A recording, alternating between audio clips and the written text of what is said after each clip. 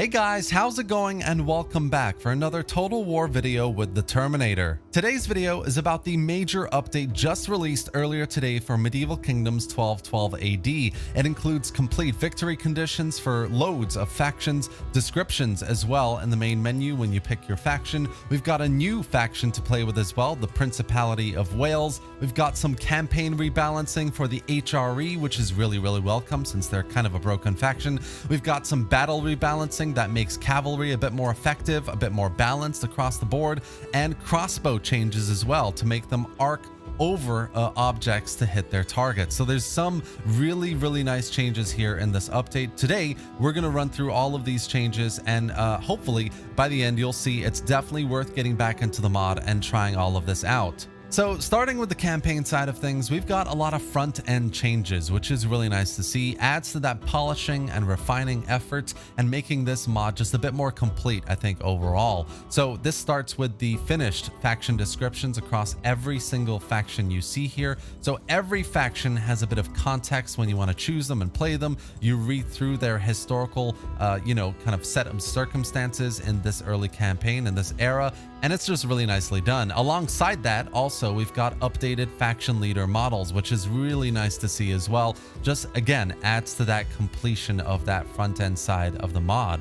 The next major update here is a brand new playable faction with the Principality of Wales. It comes with a unique faction leader with Llewellyn. It comes with a completely unique brand new roster for the Principality of Wales as well. It's different from England, from Ireland, and Scotland. It's basically a unique Britannic faction that you can get in here and check out. It's a great reason to get back into Medieval Kingdoms and have a look at it as well, and establish an Empire of Wales. So I highly recommend it. Definitely get in here and have a look. Alongside the addition of Wales, we've also had the removal of Norway, and this has been done basically because it started off as a horde faction, which it didn't deserve. Historically, Norway did have its own land. It was its own kingdom. So this essentially has been removed from the campaign map. But the interesting thing about this update is that the developers are going to be looking to add Norway back in when they get a modified campaign map. So that's probably in relation to the campaign map modding tool, which other mods are working on, like Dawnless Days. So when that's been added in, we'll have Norway back in. But this is a nice hint into actually the developers looking into completely modifying the campaign map as well, which is a very interesting little update.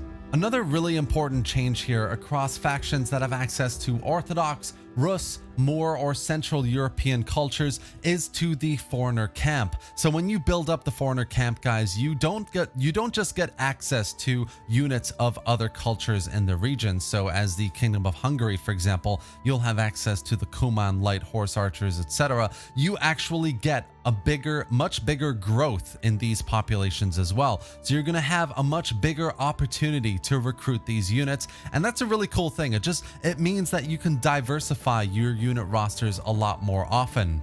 Finally, the last few changes to mention on the campaign side of things is that the Marinid Sultanate is now a settled faction. The Empire of Trebizond has its own completely unique brand new unit roster. Factions like Wallachia, Bosnia, and the Tier 1 units for the Empire of Nicaea have received completely new updated unit cards. And there's been a few changes to the Holy Roman Empire to try and fix some bugs and make it a bit more playable. I think this side of things is going to be a bit mixed in terms of how much of a difference it makes, because as a faction, the HRE are just a bit broken, in my opinion, but still welcome anyway. Now, aside from the bug fixes and some of the more minor patch notes in terms of this update, there have been some pretty big changes to battles as well. Moving on to battles, we've got two changes that I really want to talk about. The first is to crossbowmen, which have had their bolts replaced with arrows. So what that means is if you move up your crossbowmen like this to the front line and fire at enemy troops on the walls or behind the walls. So what this means is the walls are an obstructed view, right?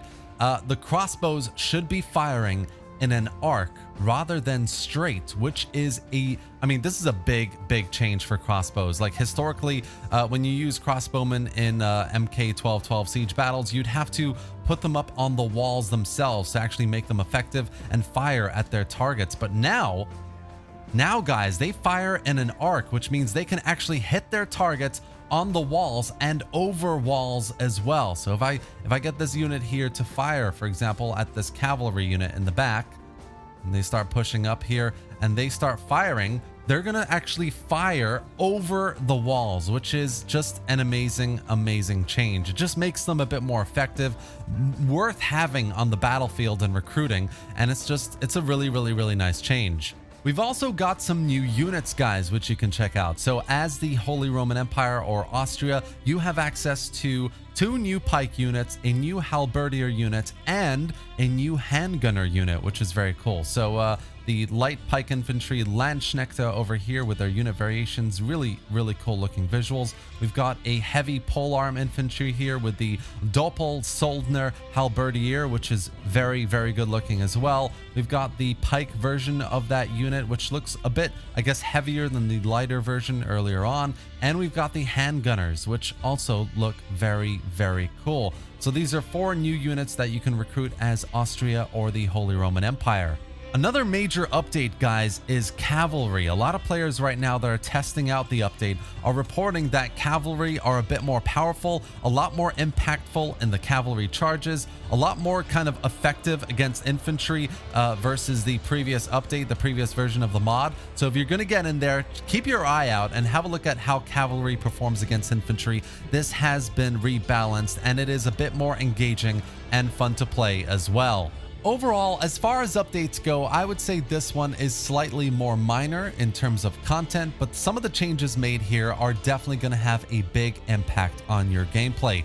The crossbow arc, the efficiency of cavalry, the addition of the Principality of Wales, the changes or some of the intended changes for HRE, depending on how they go, because it is a broken faction, and other changes that have definitely made a big impact into the overall mod, from polishing and refining, etc. It's all really welcome. I'd say from a content point of view, it's a bit more minor compared to the previous changes we've had in previous updates, like the addition of mercenaries, which is pretty big. We're still waiting on things like the College of Cardinals, the naval warfare, the new city maps, etc. So all of this is being worked on. Hopefully we'll get to see these by the end of the year. But as far as updates go, I think this is a really nice step forward. A lot of this is super positive in my opinion, and it's a nice way to get Medieval Kingdoms into a more complete state. And that's it for today, guys. I hope you enjoyed this video. If you did, give it a like and drop any thoughts or questions in the comment section below. I'm about to get in there and check out the Principality of Wales myself today, so I'm very excited about it. If you have any questions or comments or thoughts, let me know below. You can also drop by the Discord server of MK1212 to ask the developers themselves. Drop any feedback or bugs that you found. I'm sure they would really appreciate it. Subscribe for more Total War content, gameplay, and news just like this, guys. And thanks for watching. I'll see you next time.